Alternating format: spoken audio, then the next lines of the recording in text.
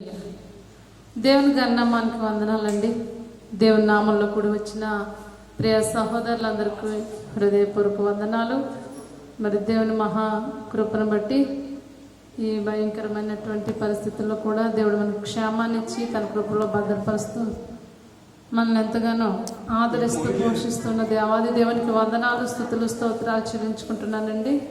అలాగే మరి మనం ఈ వారానికి కూడా మరి సంఘంగా కూడే పరిస్థితి లేదు కనుక మన గృహాల్లో కూడి ఆరాధన చేస్తూ ఉంటుండగా దేవుడు మనం దర్శించి తన ఆత్మతో నింపులాగున తన స్వరం వినిపింపు చేయలాగున ప్రార్థనతో ఈ దీని ఆరాధన ప్రారంభించుకుందామండి. యేసయ్య స్తోత్రాలు స్తోత్రాలు స్తోత్రాలు. ప్రభా కనికర సంపన్నుడైన దేవా, మహిమాన్వితమైన దైవమా, నీకే వందనాలు, స్తుతులు, స్తోత్రాలు చెల్లించుకుంటున్నాం స్వామి. నీ ఘనమైన గొప్ప నామానికి వందనాలు, అద్వితీయ సత్యనామానికి వందనాలు. నీవెంతైనా దయగలిగిన దేవుడు ప్రభా, అయా కృపా సమృద్ధి కలిగిన దేవుడు ప్రభా, విడువని ఎడబాయినటువంటి మా మంచి దేవుడు నా తండ్రి. నాయన కృతజ్ఞతలు కృతజ్ఞతలు స్వామి. నా తండ్రి నీ రక్షణానందంతో ప్రభా, నా తండ్రి నీ యొక్క ప్రభా అద్భుతమైనటువంటి ప్రభా నాయన స్తోత్రాలు. నాయన రాజా రాజా కృపతో మమ్మ ఆవరించి బలపరుస్తున్నటువంటి దేవుడు నాయన. అయ్యా నా దేవా స్తోత్రాలు. ఈ దినం ఆరాధనగా ఇగో నా తండ్రి మా గృహాల్లో కూడి ఆరాధన చేస్తూ ఉంటుండగా మీ కృప మాకు సమృద్ధిగా కుమ్మరింపు చేయండి బాబు. స్తోత్రాలు స్తోత్రాలు. ఇగో నేను ఆదరించేంతవరకు మంచి ఆరాధన మీరే అధ్యక్షత వహించండి.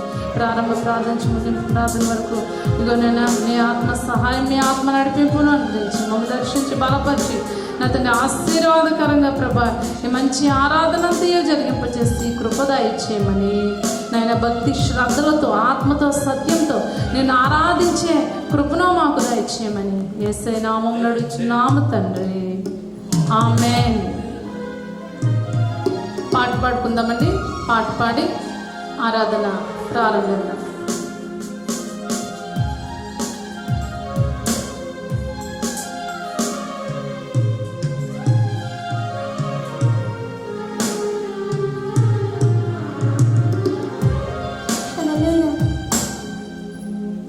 సుమధుర స్వరముల గానాలతో వేలాది దూతల గళములతో కొనియాడబడుచున్న నా యేసయ్యా, నీకే నా ఆరాధన. సుమధుర స్వరముల గానాలతో వేలాది దూతల గళములతో కొనియాడబడుచున్న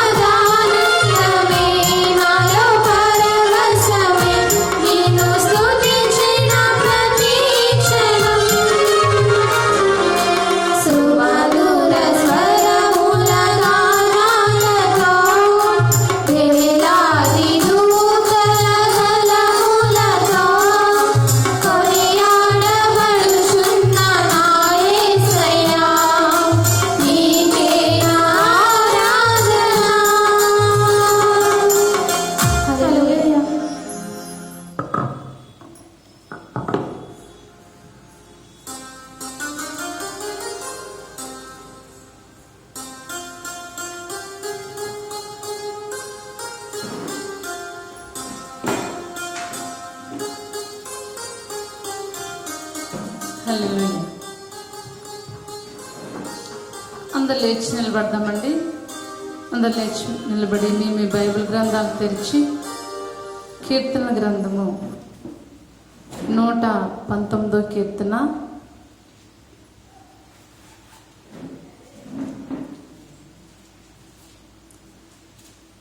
97వ వచనం నుంచి 104వ వచనం వరకు ఉత్తర ప్రత్యుత్తర రీతిగా చదువుకుందాం.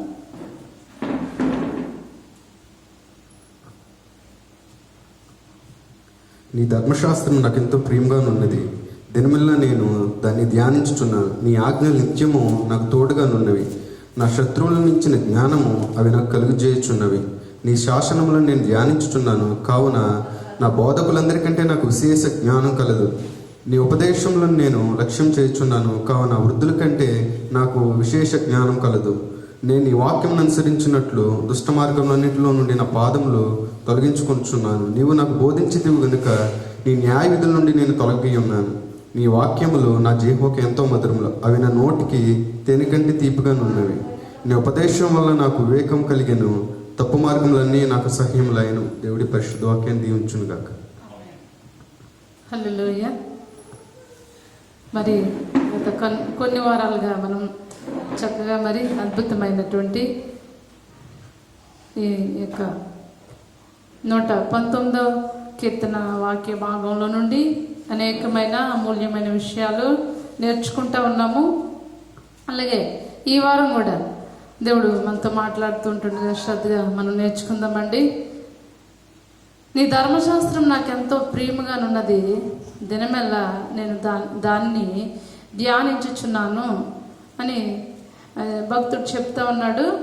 ముఖ్యంగా ఈ భాగం వాక్యం యొక్క గ్రహింపు గురించి మాట్లాడుతూ ఉందన్నమాట. వాక్యము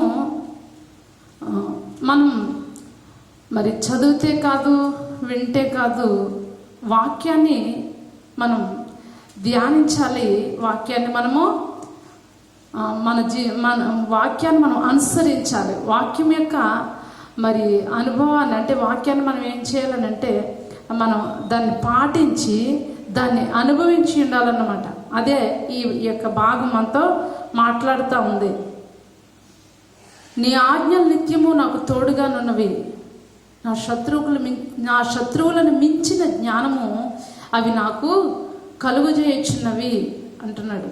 నీ ఉపదేశమును నేను లక్ష్యం చేయుచున్నాను. కావున వృద్ధుల కంటే నాకు విశేష జ్ఞానము కలదు. ఏంటి ఈ జ్ఞానము ఎక్కడి నుంచి వచ్చింది? అసలు ఈ ఇంత మరి ఆయన వయసు ఈ యొక్క కీర్తన రాసేటప్పటికి ఎంత ఉందో మనకు తెలియదు. కానీ వృద్ధుల కంటే, అంటే పెద్దవారి కంటే కూడా నాకు చాలా అనుభవం ఉంది, చాలా జ్ఞానం నేను సంపాదించుకున్నాను అంటున్నాడు. ఎలా సంపాదించుకున్నాడు? ఎందుకనంటే దేవుడే మన యొక్క జ్ఞానం. ఆయనతో మనం సహవాసం చేస్తే, ఆయనతో మనం నడుస్తూ ఉంటే, అంటే ఆయన అడుగుచాడలో మనం నడుచుకుంటూ ఉంటే, ఆయన చూపించిన, ఆయన మనకి ప్రత్యక్షపరిచిన ఆయన యొక్క వాక్యపు వెలుగులో నడుచుకుంటూ ఉంటే అసలు వాక్యం ఏంటో మనకు అర్థమవుతుంది. అంతేకాకుండా ఆ యొక్క వాక్యము మనకి అద్భుతమైన జ్ఞానాన్ని ఇస్తుంది అన్నమాట. అందుకనే మరి మోషే మరి తన ప్రజలను హెచ్చరిస్తూ ఈ విధంగా మాట్లాడాడు. చూడండి, ద్వితీయోపదేశ కాండంలో 4వ అధ్యాయము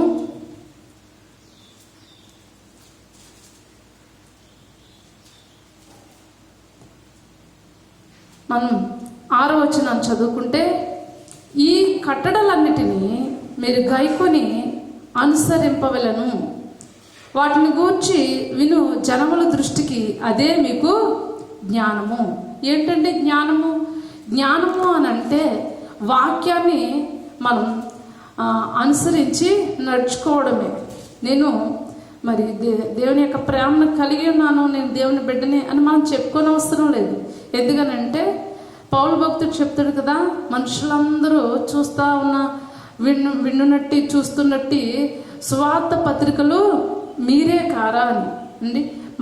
మనము దేవుని యొక్క అద్భుతమైనటువంటి మరి సువార్త పత్రికలు అంట. ఎలాగనంటే మన యొక్క ప్రవర్తన, మన యొక్క నడవడిక, మన యొక్క చూపు అండి, అది జనులకు ఒక అద్భుతమైనటువంటి మరి సువార్తగా ఉంటుంది. ఎలాగనంటే మనం చేసే ప్రతి క్రియను మరి అన్యులు గ్రహిస్తూ ఉన్నారు కనుక అండి, జనులు గ్రహిస్తూ ఉన్నారు కనుక వారు మన వలన వీరు దేవుని పిల్లలు అని తెలుసుకుంటారంట. అందుకనే వాక్యం సెలవిస్తున్న మాట ఏంటంటే, వాటిని గూర్చి విను జనుల దృష్టికి అదే మీకు జ్ఞానము, అదే మీకు వివేకము. వారు చూచి నిశ్చయముగా ఈ గొప్ప జనము జ్ఞాన వివేచనలు గల జనమని చెప్పుకొందురు. వీరు నిశ్చయముగా దేవుని పిల్లలు కనుకనే మనలాగా ఏం చేయట్లేదు, మరి జగడాలు ఆడడానికి, మనలాగా ద్వేషాన్ని మరి మనసులో పెట్టుకుని ద్వేషించడానికి వారు చేయడం లేదు.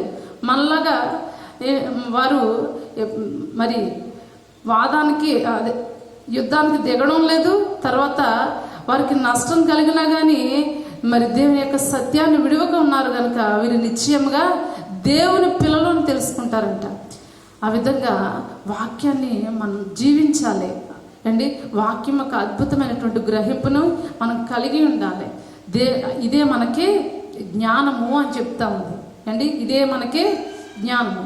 అయితే మనం అనుకుంటాం కదా, ఈ లోకంలో ఏంటి చాలా తెలివి కలిగి మంచిగా సంపాదిస్తే, మంచి ఉద్యోగం సంపాదించుకుంటే, లేకపోతే మంచిగా వ్యాపారం చేసి ధనం సంపాదించుకుంటే, లేకపోతే మనం యొక్క మాటలతో అంటే మాటల గారడితో అంటే చాలా చక్కగా మాట్లాడి మరి చమత్కారంగా చక్కగా మాట్లాడి జనులను మన తట్టు తిప్పుకుంటే ఇది చాలా జ్ఞానం, చాలా తెలివి అని అనుకుంటాం. కానీ లేఖనం సెలవిస్తుంది అది కాదు జ్ఞానం, అది కాదు తెలివి. తెలివి ఏది అని అంటే దేవుని యొక్క మార్గాలలో నడుచుకోవడము, దేవుని వాక్యాన్ని అనుసరించి నడుచుకోవడము, దేవుని వాక్యాన్ని మనము జీవించడం, ఇదే మరి జ్ఞానము అని వాక్యం సెలవిస్తూ ఉంది అండి. మనం చూసే జనుల దృష్టికి ఇదే మనకి ఏంటంట జ్ఞానం అంట.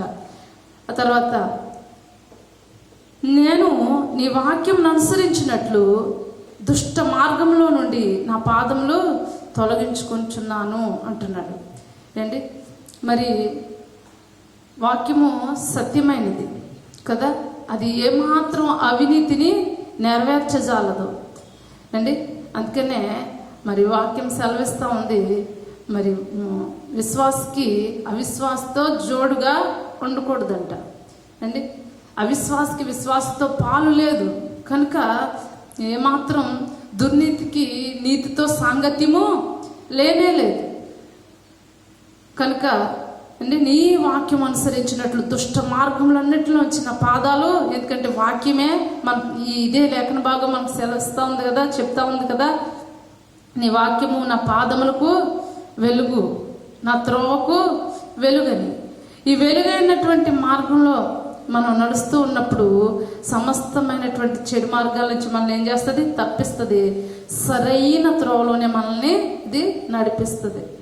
అలాగే నీవు నాకు బోధించితివి గనుక నీ న్యాయ విధుల నుండి నేను తొలగకు ఉన్నాను. ఏమంటే ఎవరు మన బోధకుడు? మన బోధకుడు ఎవరై ఉండాలని అంటే దేవుడే మన బోధకుడు. ఆయన మనకి మంచి ఉపాధ్యాయుడు అన్నమాట ఏంటి. ఆయన మనల్ని చక్కగా సరైన రీతిలో మనల్ని మలచడానికి సమర్థుడైన వాడు. అందుకని అంటున్నాడు, నీవే నాకు బోధించేవు గనుక నేను నీ యొక్క కట్టడల్లో నుంచి, నీ న్యాయ విధుల్లో నుంచి తొలగిపోక స్థిరంగా నిలబడగలిగాను అంటున్నాడు. ముఖ్యంగా మనకి దేవుడు బోధిస్తూ ఉంటుండగా, దేవుడు మాట్లాడుతూ ఉంటుండగా వినే చెవి మనకు ఉండాలి. దేవుని మాటలు కూర్చున్నటువంటి ఆసక్తి మనకి ఉండాలి అండి. మనం దురద చెవులు కలిగిన వారంగా ఉండకూడదు అండి. దురద చెవులు కలిగిన వారంగా ఏమాత్రం ఉండకూడదు. జ్ఞానం కలిగి దేవుని మాటల వైపు మన చెవి ఏం చేయాలంట, చెవి యొగ్గాలంట. చెవి అండి, చెవి యొగ్గి ఆయన మాటను మనం శ్రద్ధగా ఆలకించాలి. ఆయన మనకి మంచి బోధకుడు. చూడండి, మొదటి కొరింథీయులకు పత్రికలో 2వ అధ్యాయము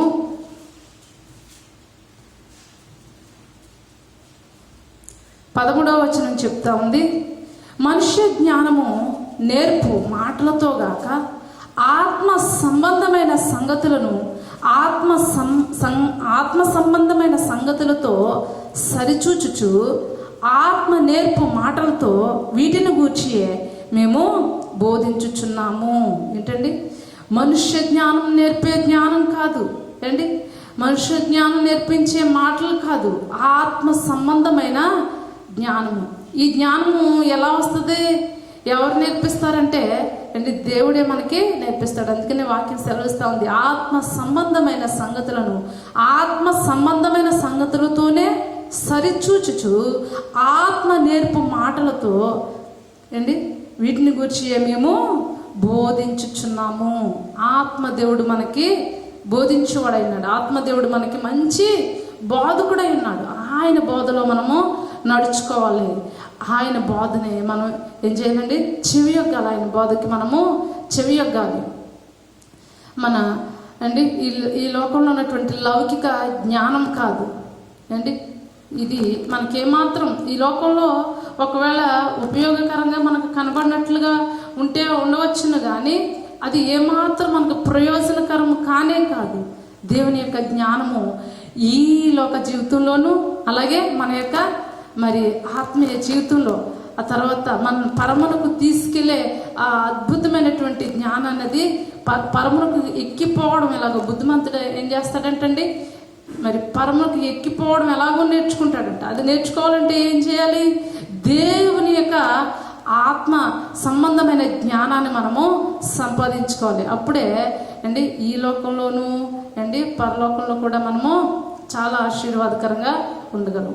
ఈ ఇహలోక మాలిన్యాన్ని అందించుకోనకుండా, ఈ లోకంలో ఉన్న ఏమాత్రం ఎటువంటి చెడుగుని మనం ఏమాత్రం మరి కలిగి ఉండకుండా, దేవుని యొక్క పరిశుద్ధతలో, దేవుని యొక్క నీతిలో, దేవుని యొక్క యథార్థతలో మనం సాగిపోవాలి అని అంటే అండి, మనం అందరం ఆశపడుతున్నట్లుగా ఎంతగానో ఆశతో నిరీక్షణతో ఎదురు చూస్తూ ఉన్నటువంటి ఆ నిత్య స్వాస్థ్యాన్ని మనం స్వతంత్రించుకోవాలి అని అంటే దేవుని బోధకు మనం ఏం చేయాలి? చెవియొగ్గాలి. దేవుడు బోధిస్తూ ఉంటుండగా, ఆత్మదేవుడు మనకు బోధిస్తూ ఉంటుండగా ఆయన బోధన మనము నేర్చుకోవాలి. ఈయన నేర్చుకున్నాడంట. ఆయన చెప్తా ఉన్నాడు, నీ యొక్క బోధన నేను నేర్చుకున్నాను కనుక నీవే నాకు బోధించి ఉన్నావు గనుక నీ యొక్క న్యాయ విధుల్లో నుండి నేను తొలగక ఉన్నాను అని చెప్తా ఉన్నాడు. అలాగే 104వ వచనంలో, నీ ఉపదేశం వలన నాకు వివేకము కలిగను, తప్పు మార్గములన్నీ నాకు అసహ్యములాయను అంటున్నాడు. ఏంటి? దేవుని యొక్క ఉపదేశమే మనకి తప్పులు తెలియచేస్తుంది. మనకి మంచి ఏదో చెడు ఏదో మనకి వివరంగా మనకి వివరిస్తుంది, మనకి తెలియచేస్తుంది. అలా తెలియచేసినప్పుడే మనం ఏం చేస్తామండి? చెడును విడిచిపెట్టి దాన్ని అసహించుకుని మరి దేవుని యొక్క మరి వాక్యంలో మనం నిలబడగలం.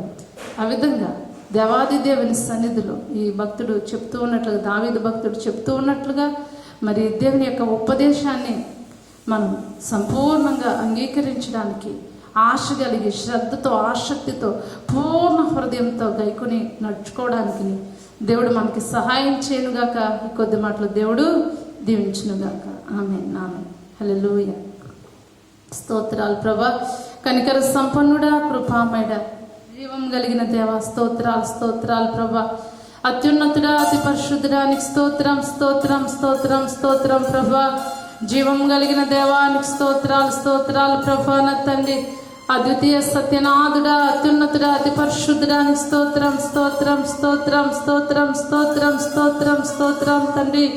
నాయన ప్రభా, నా తండ్రి, సజీవుడివైన దేవాన్ని ఘనమైన గొప్ప నామానికి వందనాలు, స్తుతులు, స్తోత్రాలు చెల్లించుకుంటున్నాను ప్రభా. నాయన నీ కృపలో నిలవబెట్టండి ప్రభా. నా తండ్రి, నీ కృపలో నడిపించండి బాబు. స్తోత్రాలు. నేను చూచే కన్నులు నిన్ను అయా ప్రభా. నా తండ్రి నాయన స్తోత్రాలు ప్రభా. నేను భయభక్తులు కలిగిన హృదయం మాకు దయచేయమని ప్రార్థన చేస్తా ఉన్నాం తండ్రి. స్తోత్రం. నీలాంటి కన్నులు, నీలాంటి చేతులు, నీలాంటి హృదయము నాకిమ్మయ్యా. నీలాంటి కన్నులు, నీలాంటి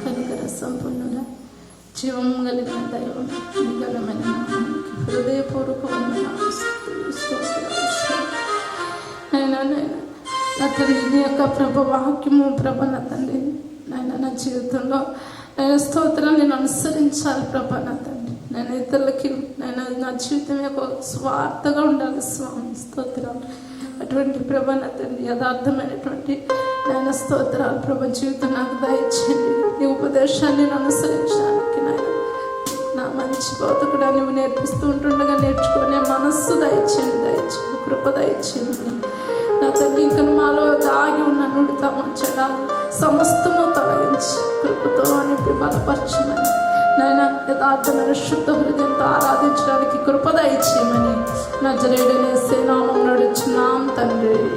ఆమేన్ ఆమేన్. అందరూ లేచి నిలబడతామండి. దేవుని గారి నామాన్ని హృదయపూర్వకంగా ఆరాధన చేద్దాం. స్తోత్రాలు స్తోత్రాలు స్తోత్రాలు ప్రభా. సంపన్నుడా నాయన జీవం కలిగిన దేవా, జీవాధిపతి యొక్క దేవానికే స్తుతులు స్తోత్రాలు చెల్లించుకుంటున్నాం. స్తోత్రం స్తోత్రం స్తోత్రం స్తోత్రం స్తోత్రం స్తోత్రం. అద్వితీయ సత్యనాథుడా, అత్యున్నతుడా, అతి పరిశుద్ధుడా, మహిమాన్వితుడా, మహా గొప్ప దేవుడా, యేసు రక్షక, నీ ఘనమైన గొప్ప నామానికే వందనాలు స్వామి. స్తుతులు స్తోత్రాలు స్తోత్రాలు స్తోత్రాలు యేసయ్యా. అయా మహిమాన్వితుడా, నీ ఘనమైన నామానికి స్తోత్రం స్తోత్రం స్తోత్రం స్తోత్రం. స్తుతి స్తుతి స్తుతి స్తుతి స్తుతి. శాశ్వతమైన ప్రేమతో నన్ను ప్రేమించి, శాశ్వతమైన ప్రేమతో నన్ను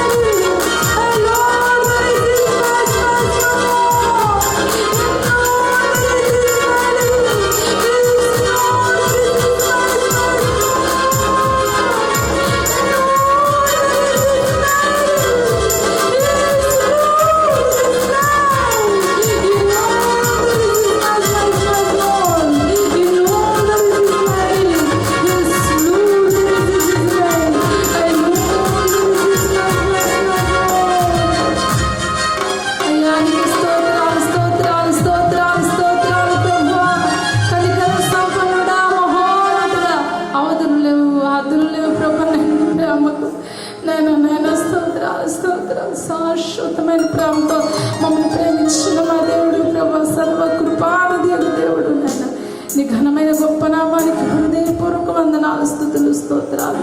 అద్వితీయమైన సత్యనామానికి స్తోత్రాలు, స్తోత్రాలు, స్తోత్రాలు. సర్వోన్నతుడ, సర్వకృపానిధి, ఇంతవరకు నీ నామంలో ఆరాధించిన నీ ప్రియబిడ్డల దేహాల్లో ఏర్పడి చేస్తున్న ప్రతి వ్యాధి, ప్రతి బలహీనత యేసు నామములో తొలగిపోనుగా.